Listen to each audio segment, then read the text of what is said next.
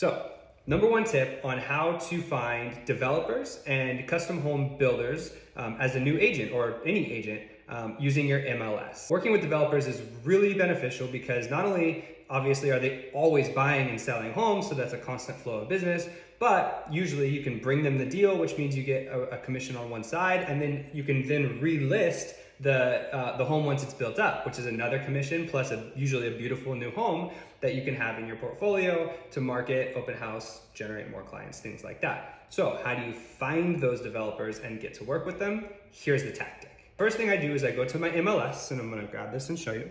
So here's a blank version of our MLS here in San Diego. I'll go and I'll put detached homes. That might be single family. I don't know what your MLS field is, but I like to do detached homes because there's usually going to be the custom homes as opposed to like condos. I'll pick a zip code that I'm trying to target. So for the sake of this, let's just say 92109, which is PB, right? And then we'll put sold homes, and then we'll say close of escrow date was in the last year. So our MLS, you can just hit last 6 months, last 12 months, something like that. And then we're going to say that the year built was 2020 or newer. And so that gives us 27 homes that were sold in PB last year that were built in 2020 or newer. Now, we know with the housing inventory that's probably not like a big subdivision of new homes. These are probably one-off, maybe three-off projects that were built by developers and custom home builders that we can then go try to track down, right? So in this case, let's say we start with, and we just go down the list. There's 27 here, so we're gonna pick 4105 Haynes, and then we're gonna go to the tax report. And so each MLS is different, but you can usually just do a quick thing. You can have your title company pull up, and it'll show you the owner's names. Now, it's not the current owner's names because this home's sold, but we go to the previous owner's name. So in a lot of the cases, it's going to be an LLC specific to that address. But that's fine. You can copy that. Once you have the LLCs, you'll just copy and paste that into a spreadsheet off to the right, and then continue on. So go back to the MLS, and you can go back and you can look up a new one.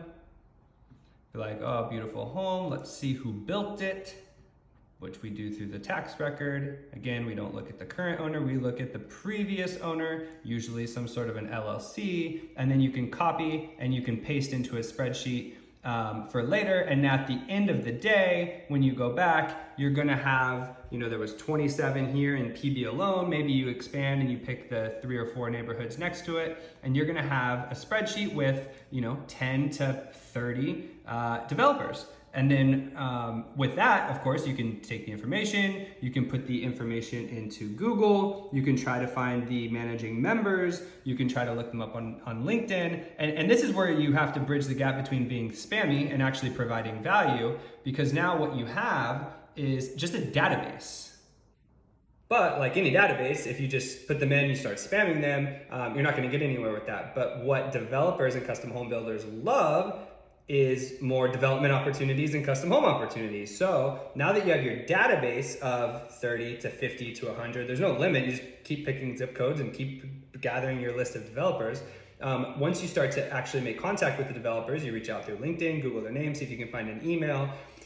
You're gonna say, hey, I really like the job that you did on 123 Banana Street. I love the windows that you did, great job. I come across 5 or 6 of these development opportunities every month just through my sphere.